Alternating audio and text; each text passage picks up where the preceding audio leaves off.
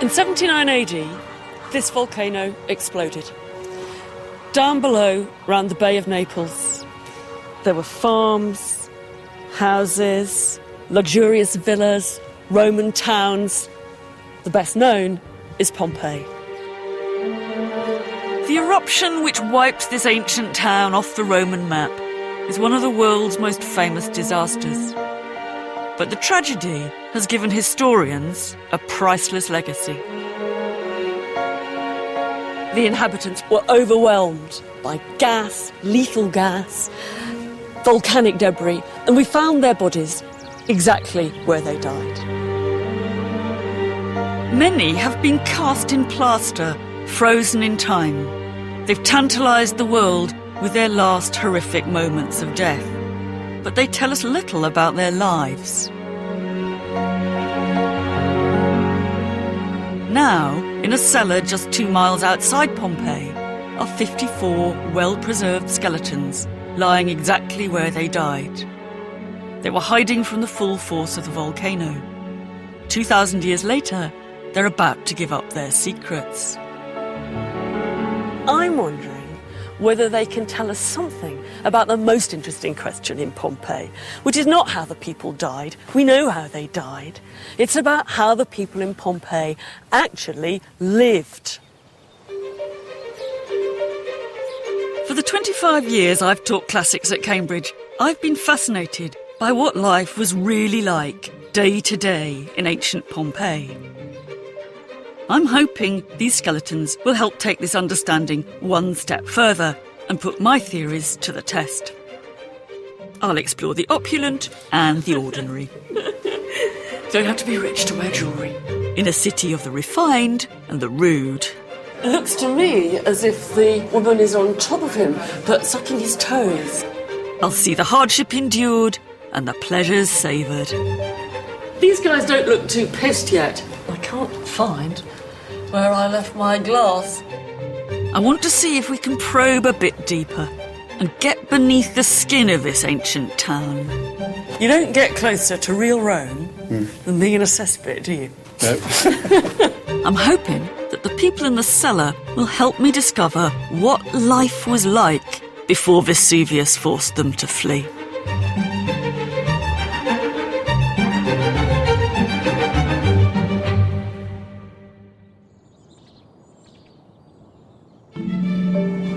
Pompeii is the most important archaeological site in the Roman world.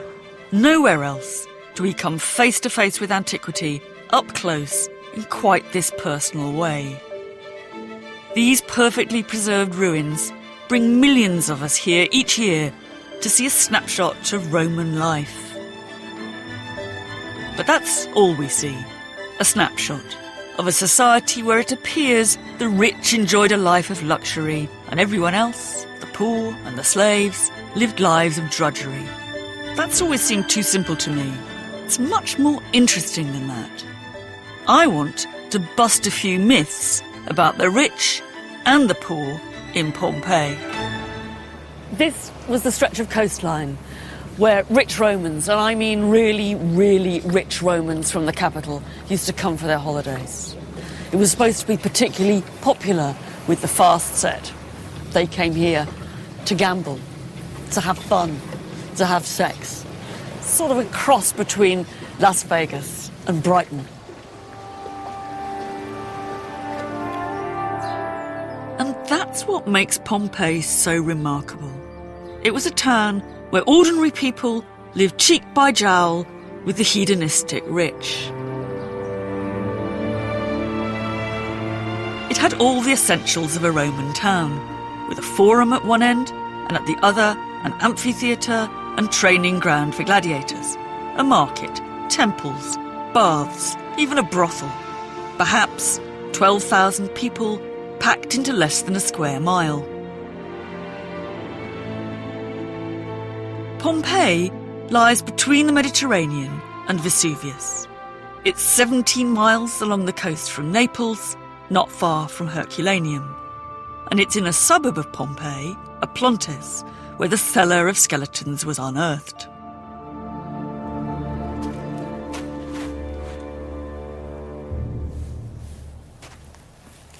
It must have seemed a sensible place to come. It's partly underground, and that would have seemed safe, but it's got good access from the road outside. It's very hard not to be moved by this site.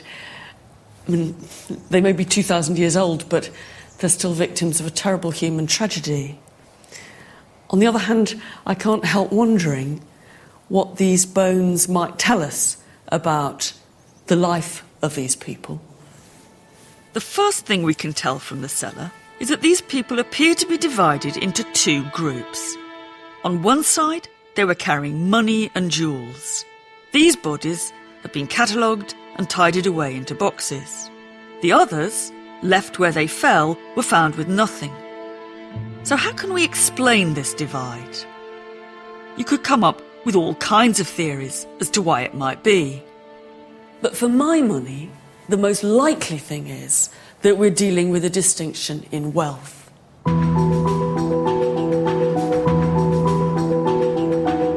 These skeletons are important because many of the bones found at Pompeii have simply been jumbled up. And the plaster casts, they're very poignant, but they're much less useful for forensic science because the bones inside get contaminated. Remains preserved, like those in the cellar, exactly where the people died, are rare. For the first time, these are going to be analysed by a forensic team led by Fabian Kanz. So far we have found at least 54 individuals here, at least. And this gives us a broad cross-section of the society of the Roman at that time. The point is we have a great opportunity here because we have a snapshot of the society. We might have slaves, we might have upper-class people, and we can find out if there have been big differences. One of the most complete skeletons is a man aged about 55. Apart from some dental cavities, he seems in pretty good nick. If we look at the other bones, I mean, I noticed this. Yeah. And, I don't know much about skeletons, but that looks to me like something that's got a real big muscle attachment. Yeah, it's the right upper arm, and it's the muscle attachment for the brachialis. And as you can see on the left side, it's nearly the same. Yeah. And he must be a really strong man. He's my age. He's got about as good teeth as me, but he's much stronger. These are the rest of his bones, but why are his bones green? Yeah, you are right. On the whole left side he's green, and greens come from metal objects, which means he was wealthy. There was some bronze or copper or brass object buried with him. He had considerable amount of metal wealth with him. Yeah, and the acid in the soil is reacting with the metal objects, and that makes him green. Right. Nearly all of the so-called rich sample have been at least one or two bones green. So they've all been buried close to something metal. Valuable. Whereas what we're calling the poor, do any of them have this green No, mark? not at all. Carrying no possessions at all, the bones of the people on one side are unmarked. But on the other side of the cellar, the people with green bones were discovered with a dazzling array of objects. These are now kept in a guarded vault at the Archaeological Museum in Naples. For the very first time, I've been allowed to get really close to this amazing stuff and actually get my hands on it. Look, this is really exciting for me. This is the first time I've ever touched any jewellery from Pompeii, and I'm going to be very naughty, and I'm going to put the bracelet on. And however cynical you are, however much a boring old academic you are, it's still exciting to wear the bracelet worn 2,000 years ago, and nothing will ever stop me thinking that's exciting. I think this is very attractive, actually. Pick it up, you can feel instantly it's heavy. This is a solid bangle. But what strikes you about it instantly is it's so big. It's not only women that wear bracelets, this could be man's jewellery. It's a big hunking man. This really is a very, very delicate piece of jewellery. They've told me very specially that I'm not allowed to try this one on. The links are really tiny. It's very high quality workmanship, very nicely done. It would be very pricey now. It must have been pricey then too. There was a vast treasure hoard in the cellar. Close to the skeleton of the man with green bones was a woman in her early 20s. She had with her one of the very, very biggest amounts of money found with anybody anywhere in Pompeii. In Roman currency, it was 10,000 sesterces. What that means is it's about the equivalent of 10 years' pay for a legionary Roman soldier. And these are some of the coins, some were in silver, but a lot were in gold. And she had them with her in 2 separate containers. Instantly you can see that the silver ones are very worn. And these have been money in circulation. These are for actually buying things in the Pompeian marketplace. But the gold ones are in absolutely beautiful condition. So I think what that tells us is these really have been somebody's savings.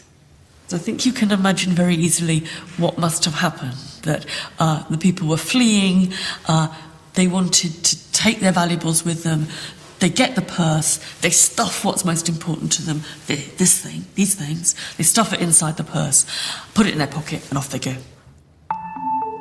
This is what the people in the cellar chose to take with them as they tried to escape.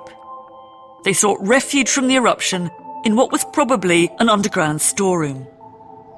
They never made it further than this cellar in Oplontis. The building above the cellar appears at first like a 2-storey residential home.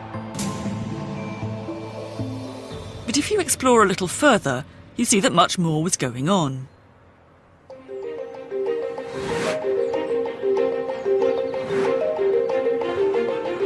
There's a large building with 2 floors of storerooms, piles of big containers and wheel ruts made by hundreds of carts.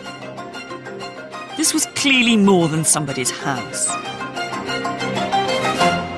This is an agricultural depot. It's ghostly now. In Roman times, it must have been an absolute hub of activity, with people packing things up, carting things, wheeling them off, getting them ready for dispatch. Whoever owned this place must have been pretty wealthy. But he wasn't anything like as wealthy as one of his neighbours, because just over there, few yards from this place, is one of the most luxurious villas ever found in all of the Roman world. The cellar is only a stone's throw from this stunning Roman mansion. 100 rooms, decorated with sumptuous frescoes, painted with pigments from the farthest corners of the Roman Empire. And to top it all, an Olympic-sized 200-foot-long swimming pool where the guests could let their hair down. So, while the rich frolicked at their pool parties, what was life like on the streets of Pompeii?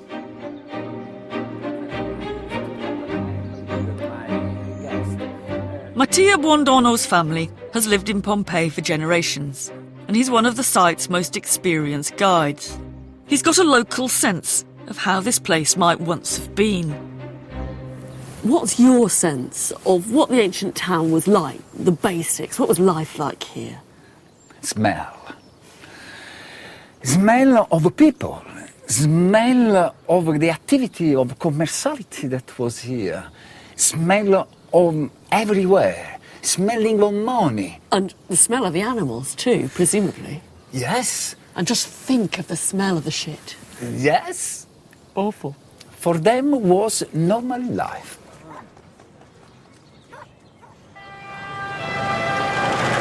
To get an idea of Pompeii as the people in the cellar would have seen it, I've come to Naples. Though it's a modern city, there are some striking similarities with the ancient town nearby. So, You could feel yourself in Pompeii. Here. Yes. Now why? In You feel yourself in Pompeii because, here because more or less the atmosphere, the first floor, and the busy town.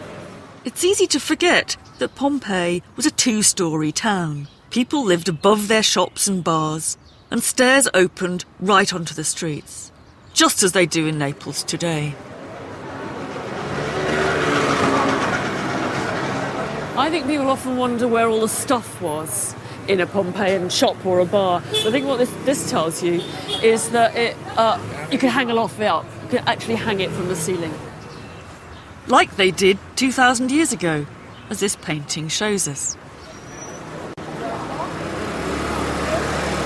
All around modern Naples are echoes of Pompeii's past. From the doors, just like the ones you see in Pompeian frescoes. There are things like this in Pompeii, aren't Yes, there? just they had. Yeah, careful, because we don't want the owner to come. Okay, we can get up. To the images they left on their walls. I think the graffiti is pretty Pompeian. The Pompeian graffiti were better than this. They're better than, yes. Yes. They're wittier, Yes, I think. Now that's very Pompeian, isn't it? No, Pompeii was cleaner. Pompeii was cleaner than that? Yeah. Do you really think so? Oh, yes, But because... here, you don't, do you? So we can find all kinds of clues as to how ancient Pompeians lived in modern Naples. But what can the bones from the cellar add to the picture of their lives?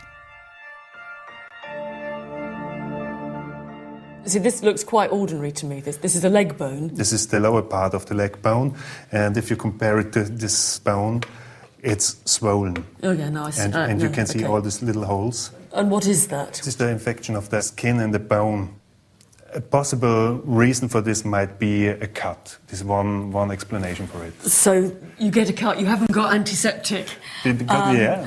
You maybe don't even know exactly what the relationship is between dirt and infection. No. And so the cut never properly heals and is a kind of lifetime infection, really. Yeah. Painful or not painful? It's very painful, very painful.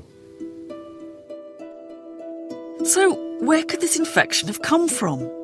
After all, we tend to think of Romans as a rather clean lot, regularly visiting the baths. It's true that bathing was an important part of life, as we can see at the baths near the Forum in Pompeii. They give us a better picture than anywhere else in the world of how Roman bathing actually worked. This is where you took your clothes off. I think it must have been quite stunning to come in from the hot, sweaty outside through the narrow corridor into this beautifully decorated room. I think you have to imagine the baths as being a place where someone whose life could be a bit drab could come to bright colours, twinkling lights, water, splashing, everybody with their clothes off. The baths were the people's palace. Bathing was a great leveller. Almost everyone in ancient Rome, rich and poor, men and women, would have gone to the baths, including the people from our cellar.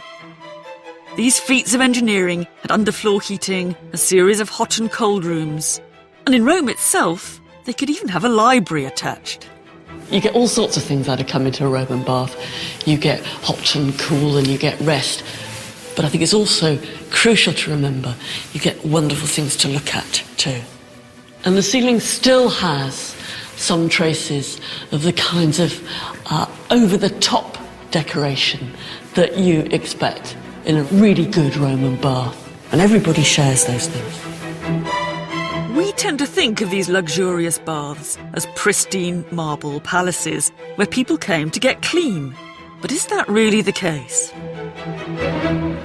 Here is where I guess you'd have spent your time, in this lovely marble pool.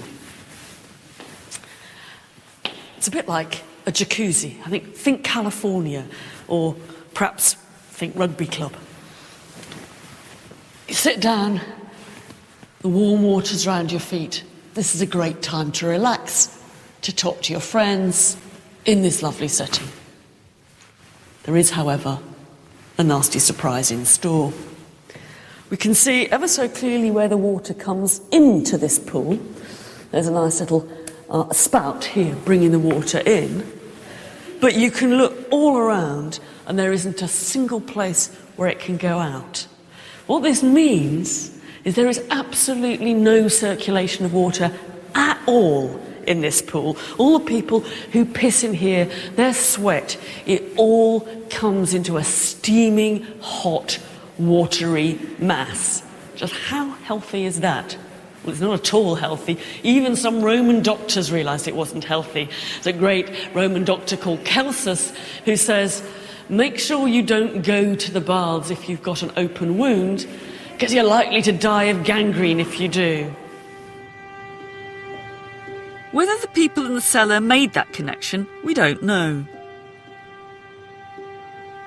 But the bones offer an extraordinary revelation about another area of the population's health. So, these are two different people, are they? They are two different people, 10 to 12-year-old children. They're both the same age and they have both the same abnormalities on their teeth.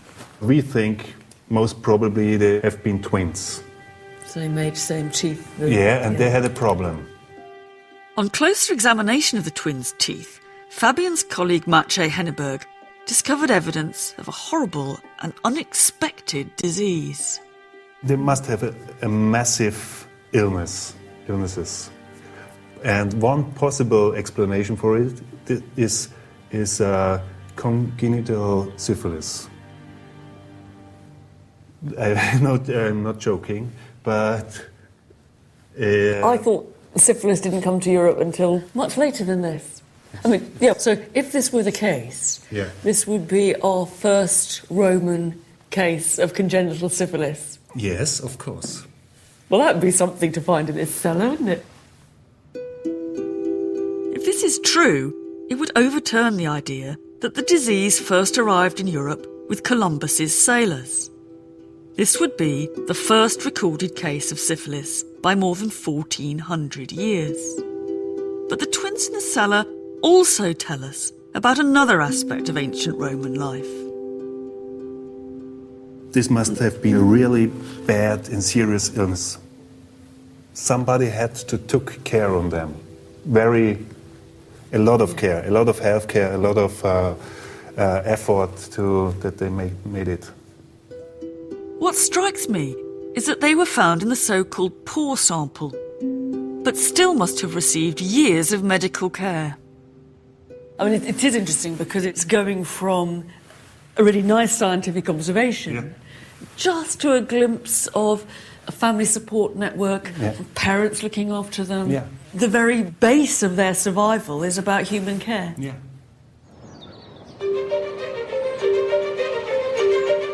The possibility of a sexually transmitted disease might at first sight reinforce a view many people have of ancient Rome as a society of debauchery and sexual excess.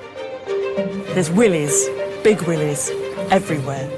When one object was first found in a Pompeian bar, it was deemed too shocking to be put on public display. It's a bronze lamp, and all kinds of things dangled off it. Bells and stuff, the kind of wind chimes for us. The Romans would have called it a tintinnabulum. But the centre of attention must have been this chap here, a bronze hunchback pygmy with a huge willy, which he is in the process of cutting off. Now, I like to think that this shows greater anxiety on the part of the Romans about their masculinity. But who knows? Maybe it's a strange form of erotica. Maybe it's a joke on the guys who came to drink in the bar. Or is it, in the end, just a lamp? Whatever its function, you only need to stroll around town to see the same phallic theme again and again. What did they mean? What were they for? Everybody's had a theory, and there have been some pretty mad ones. Do they, for example, point to the nearest brothel? Well, I'm afraid not, I hope. If this were the case, Pompeii would be littered with brothels. Some people think it is, but I'm not so sure. If you look carefully, at this upmarket bathhouse, you see that displays of sex can be interpreted differently. The painting on the room you come into features all kinds of sexual positions. From back, from the front, with the tongue, you name it, it's here. Not just that, each one is given a number. This has launched the theory that this bath establishment is not just a bath establishment, but has, perhaps on the upper floor, a brothel attached. It's a kind of massage parlour with fringe activities. I'm afraid the truth about these paintings is a bit more mundane. And what we've really come into is the changing room. You can see along the walls the place where the shelf to hold your clothes would have been put. And what these paintings are, I think, are not adverts for the sex that might be going on upstairs. You know, please could I have 3 hours of number 4? I think they are a clever way of helping you remember where you left your tunic or your toga. And in fact, if you look rather carefully at what the numbers are written on, they're written on kind of wicker baskets, which I think is what we imagine would be on the shelf below where you left your belongings. So the idea would be, I left my toga near the fellatio. It's a kind of joke. But if you head across town, there is one building where there is no debate about its intended function.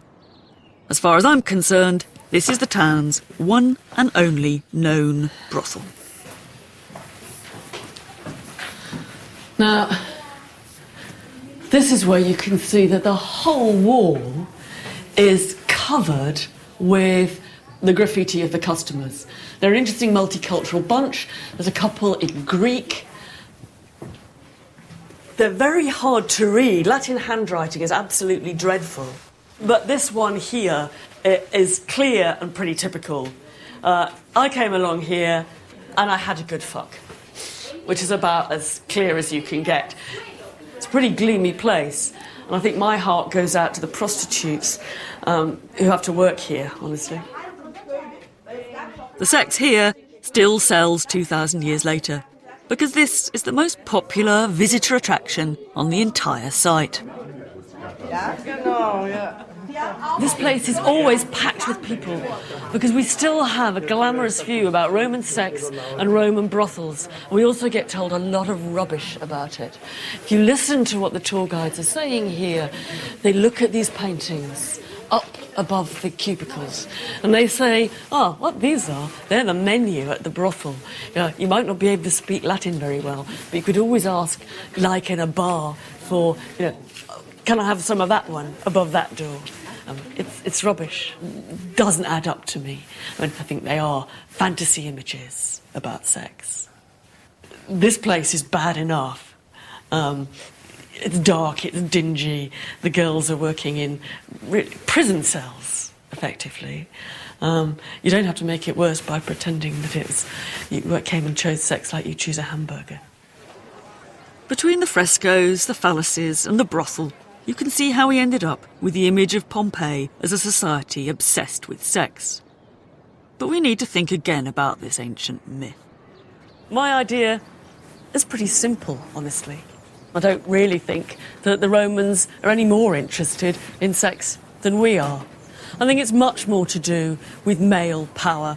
It's to say, this is a very masculine culture. Roman power is about male power. The phallus tells you that Roman power is built on its masculinity. We've been too keen to see sex in every corner of Pompeii, and that may go for another image of Roman life too. We picture the rich gorging themselves in gluttonous feasts, while the poor and the slaves who serve them go hungry. I wonder if the skeletons in the cellar can give us a different view on that too. Fabian, is there anything that you've been able to discover so far which might tell us about the diet of these people? From what we can see with the naked eye, we didn't find any signs of malnutrition or lack of minerals. There is no significant difference between the two groups. So everybody here was getting enough of what they needed to keep alive and pretty healthy. Yeah. This is remarkable. We might expect to see big differences between the rich and the poor perhaps smaller and showing signs of nutritional deficiency. But not here. So can we find out more about what these people had actually been eating? Fabian, I noticed when I was looking at some of the teeth that they do seem very worn, very much more worn down than modern teeth. Because mainly the process of milling the grain is completely different. And in this time, there was a lot of stones in the flour. So when our Pompeians eat their nice Pompeian bread, they're also eating bits of the millstone as well. Yeah. And it abrades the teeth. Yeah. Bread was such a staple food that in Pompeii alone there are 30 bakeries. One of the biggest is on the town's high street, and it gives us a vivid picture of how Pompeians baked their daily bread. One thing that we can be certain about all the people who ended up in our cellar, rich and poor alike, is that they'd have eaten bread from the same sort of bakery, maybe even the same bakery. Now, this is a really typical baking establishment of Pompeii. I'm standing now in the area where the corn was ground. Mules would have driven these rotating mills. The main entrance to the bakery from the street was there. And this is where the dough was prepared, probably by slaves. The flour was brought from this area round to here. They formed it into loaves, as yet unbaked. They put those loaves on this shelf here, and they whooshed through to be picked up and put in the oven here. And we know exactly what it looked like. A painting from Pompeii shows us round loaves of bread divided into 8 portions. In fact, 81 carbonised loaves, cooked and ready to be sold, have been found perfectly preserved in one of the town's many ovens. And that's not all. Archaeologists have found pomegranates, walnuts, even eggs preserved for 2,000 years.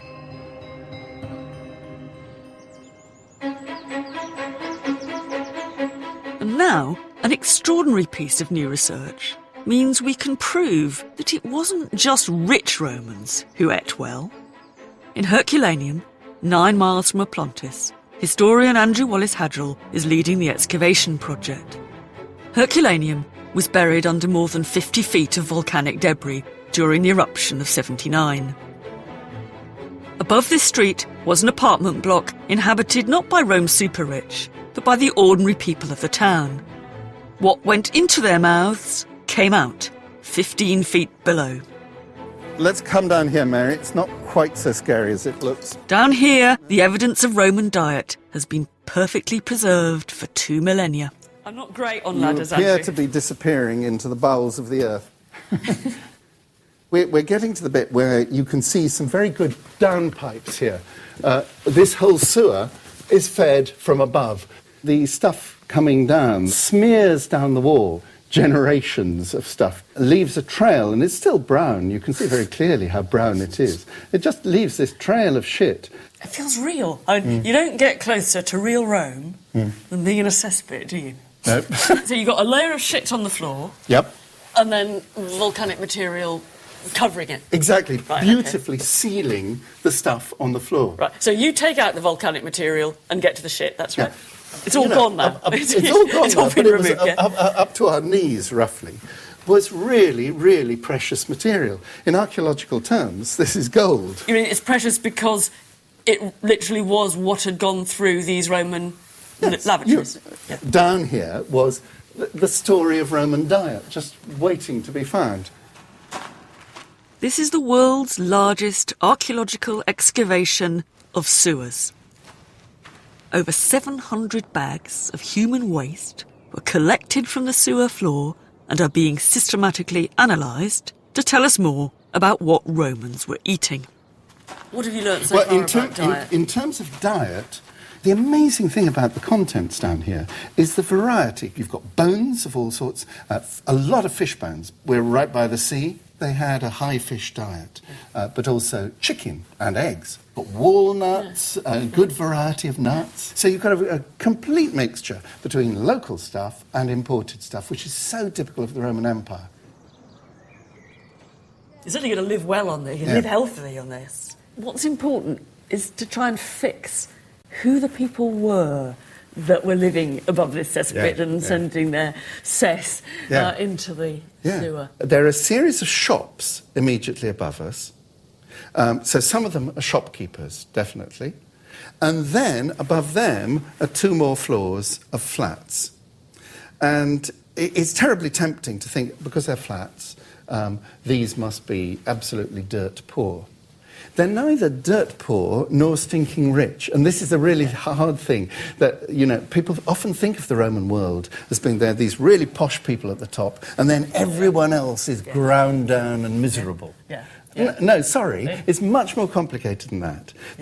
These are not really posh people. They aren't rich enough to live a life of luxury. They're ordinary people. Ordinary.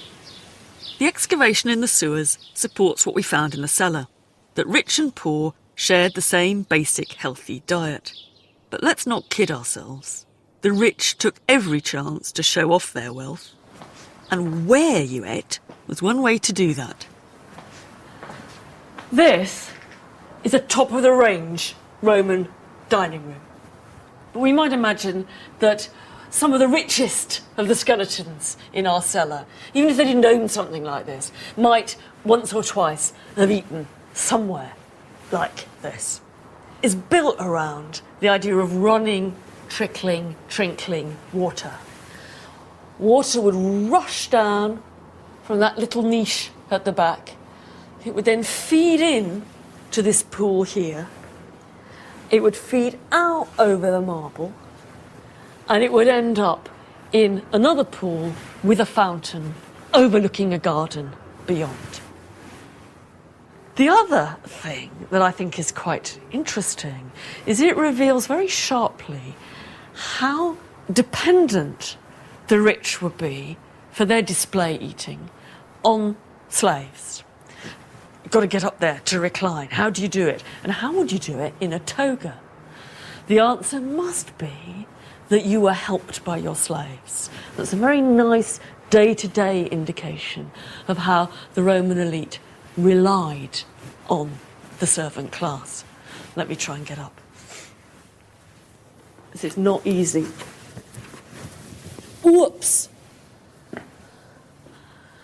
Now, I suppose that what I do is recline like this, but I hope to goodness they had some cushions, because it really isn't very comfortable. I'm a bit far from where my wine might be in here. It certainly seems to me that this is ostentatious dining coming at the price of comfort.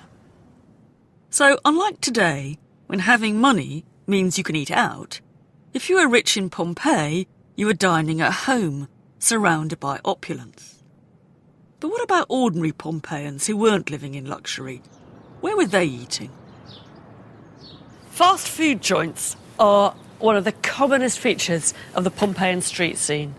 There's over 150 of them in the city. There's 20 of them in this section of street alone. There's so many of them that they can't possibly have been for the rich alone. They probably weren't for the rich at all. They were the people who didn't have places to eat at home. They were the people coming in from the countryside, or the people coming in from the port who wanted to get a bite to eat.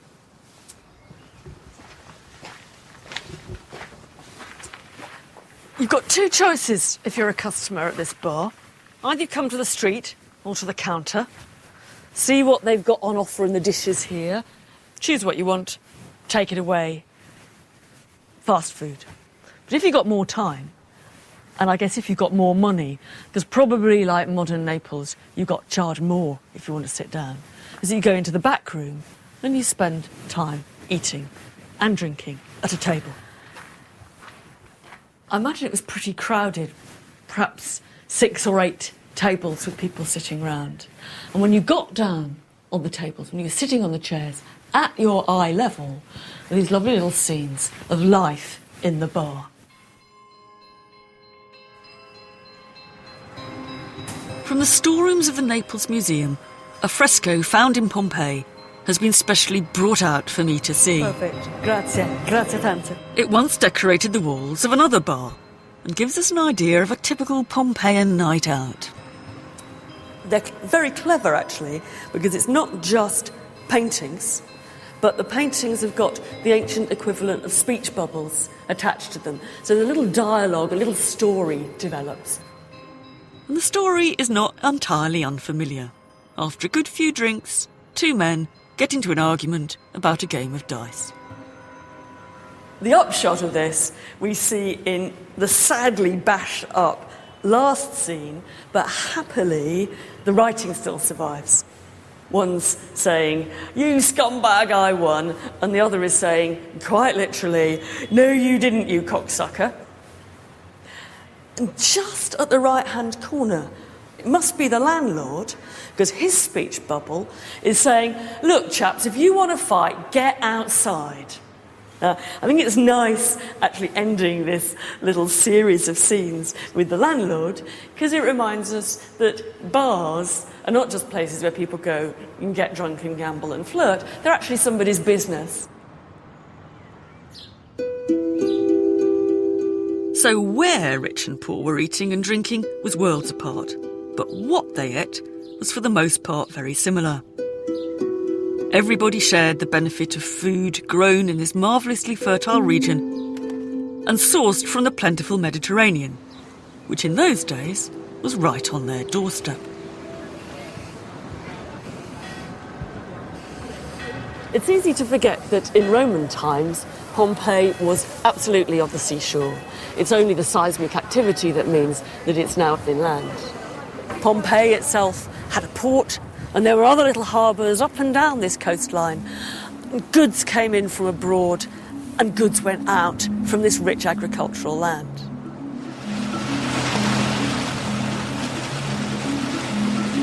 It might have looked like a small provincial Italian town by the sea, but there's plenty of evidence, some of it from the skeletons in the cellar, of just how far Pompeii's international connections stretched.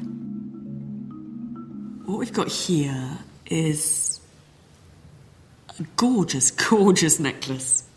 It was found near one of the skeletons. The likely candidate is that it was with a middle-aged woman. And it is stunningly modern in its feel.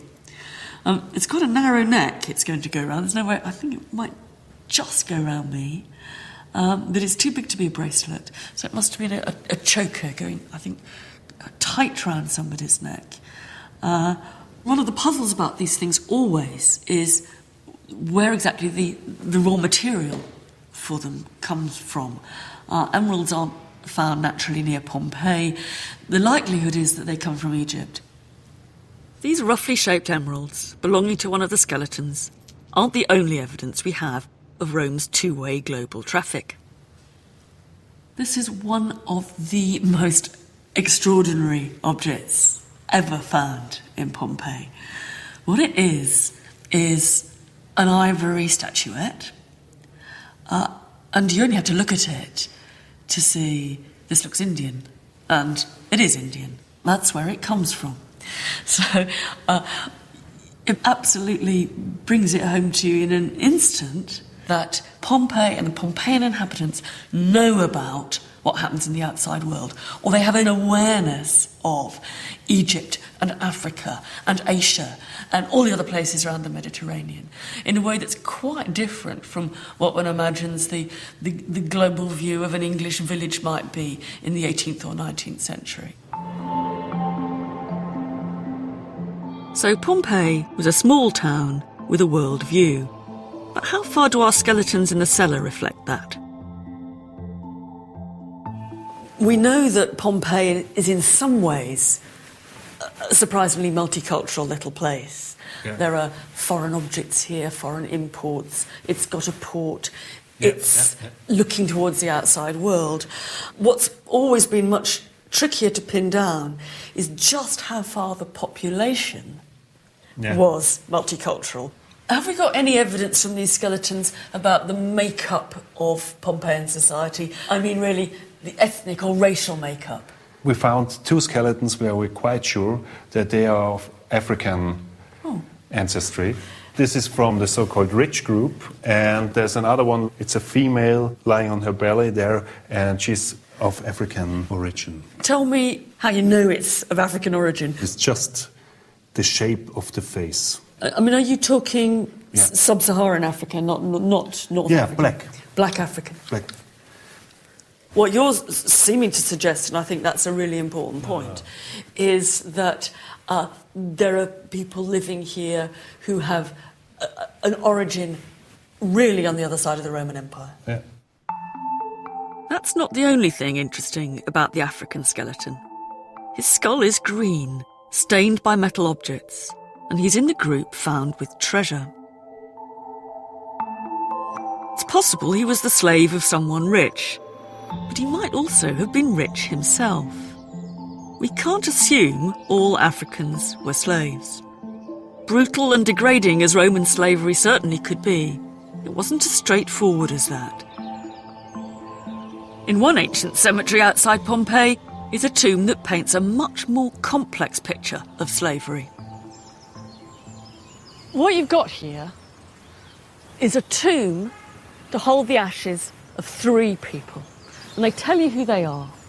There's a man called Publius Vesonius, who is an ex-slave. And he tells you he's an ex-slave. There's a woman called Vesonia, who had actually owned him and then freed him. And my guess is they'd probably then got married. And he's also putting it up for the guy on the right, a friend of his. The first text says, Vesonius put this up for this trio. But the text underneath tells the sequel, which isn't so happy. Stop and read this, he says.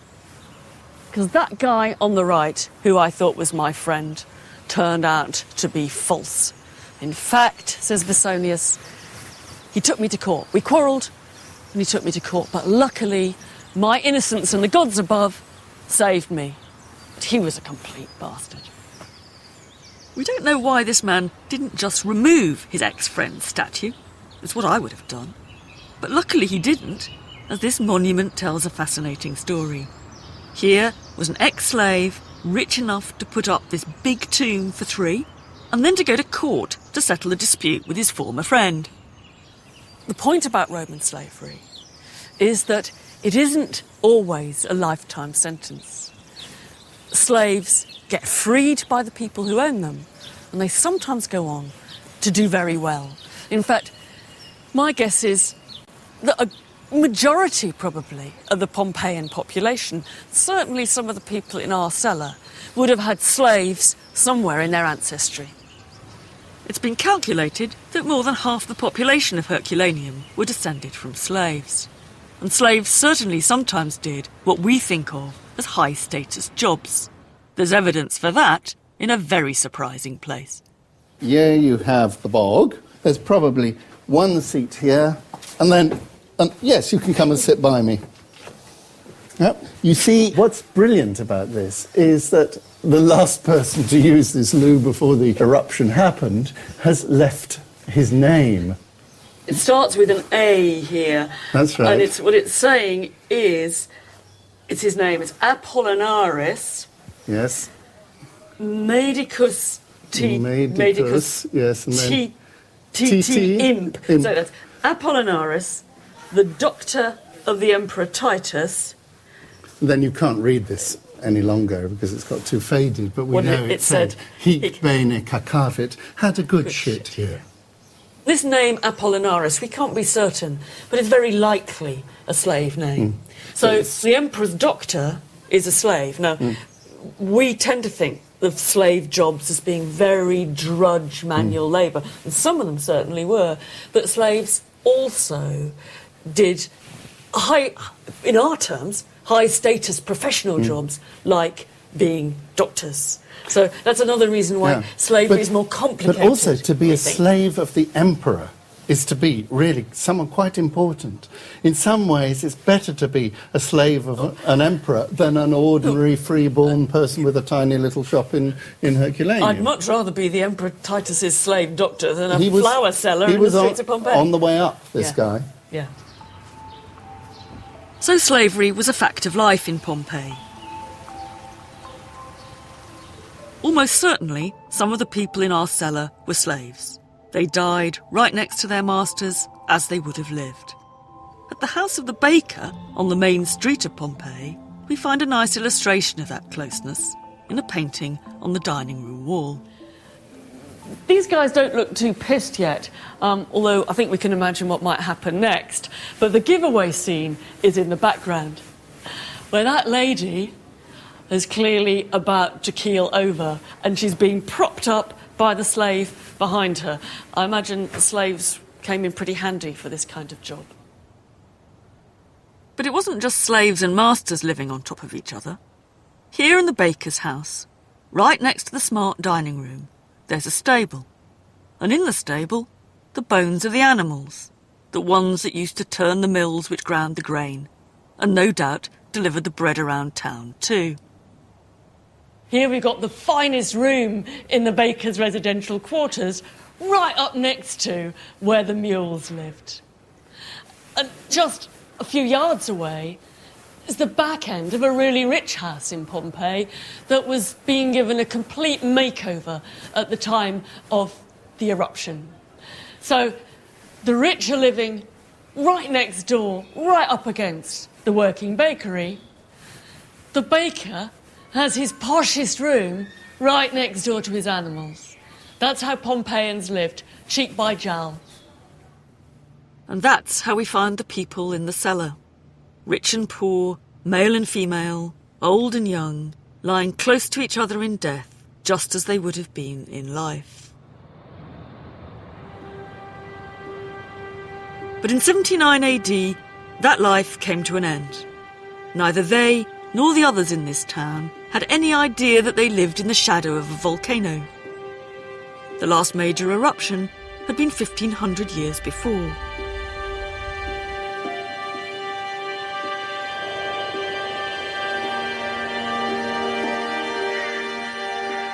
Nothing could prepare the population for what happened when Vesuvius exploded.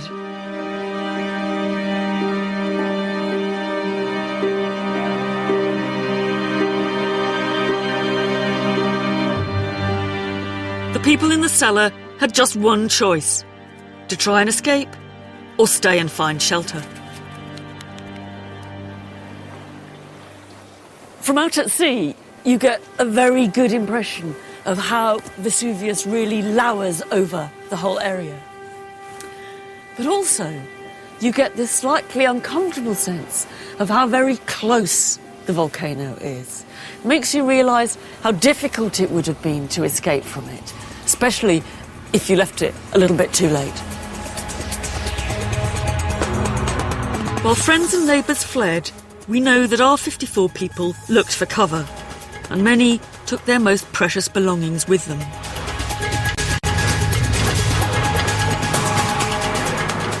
Why most of them stayed put, we can only guess. But in one case, there's a strong clue. Fabian, tell me about the remains of this person that you've got laid out here. This is maybe one of the most dramatic and tragic persons we found in the whole sample, because these are the bones of a young female, and we found with the skeleton this small bone, the pelvic bone of a fetus, and she must have been pregnant. Right. If you measure it, you can determine it was in the last month of pregnancy, and it was, it's quite dramatic. The thought of being 8.5 months pregnant and trying to flee for your life from the erupting volcano is something just dreadful.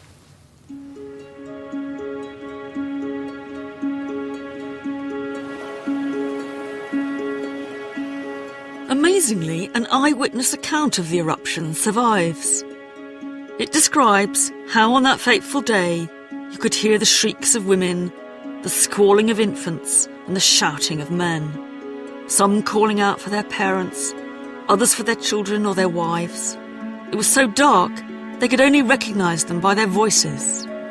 Many pleaded for the help of the gods, but more thought that the gods had disappeared and that the world had been plunged into eternal darkness.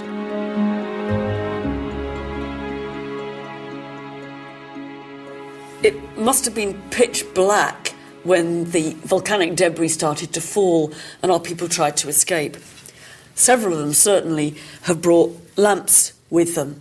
This one is rather nice because the centre, just where the oil goes in, got a lovely picture here of the goddess of Rome herself.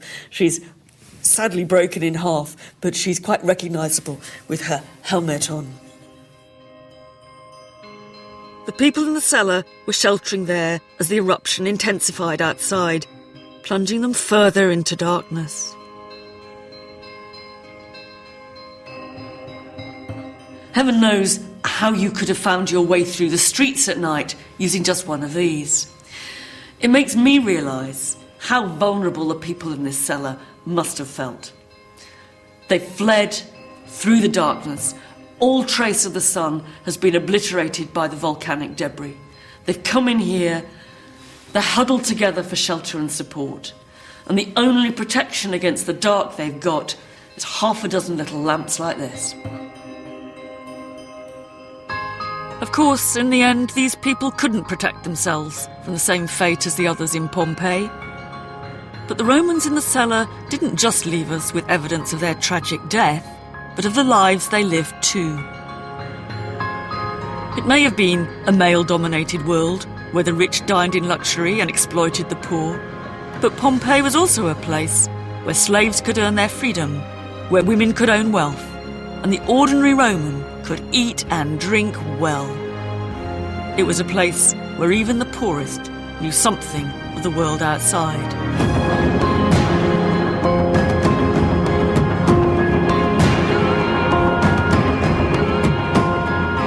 The people who died in this cellar help us to understand that Roman society wasn't quite as black and white as we often imagine it to be.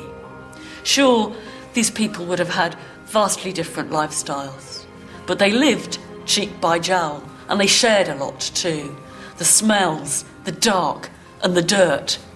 Not to mention the wine, the sex, the food, and the fun. And in the end, of course, they shared the same fate in the same cellar 2,000 years ago.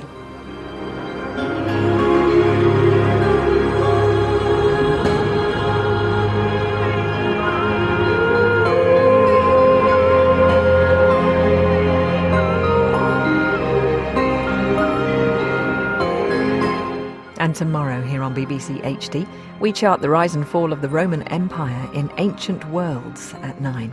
Next this evening, though, there's comedy coming up with Miranda.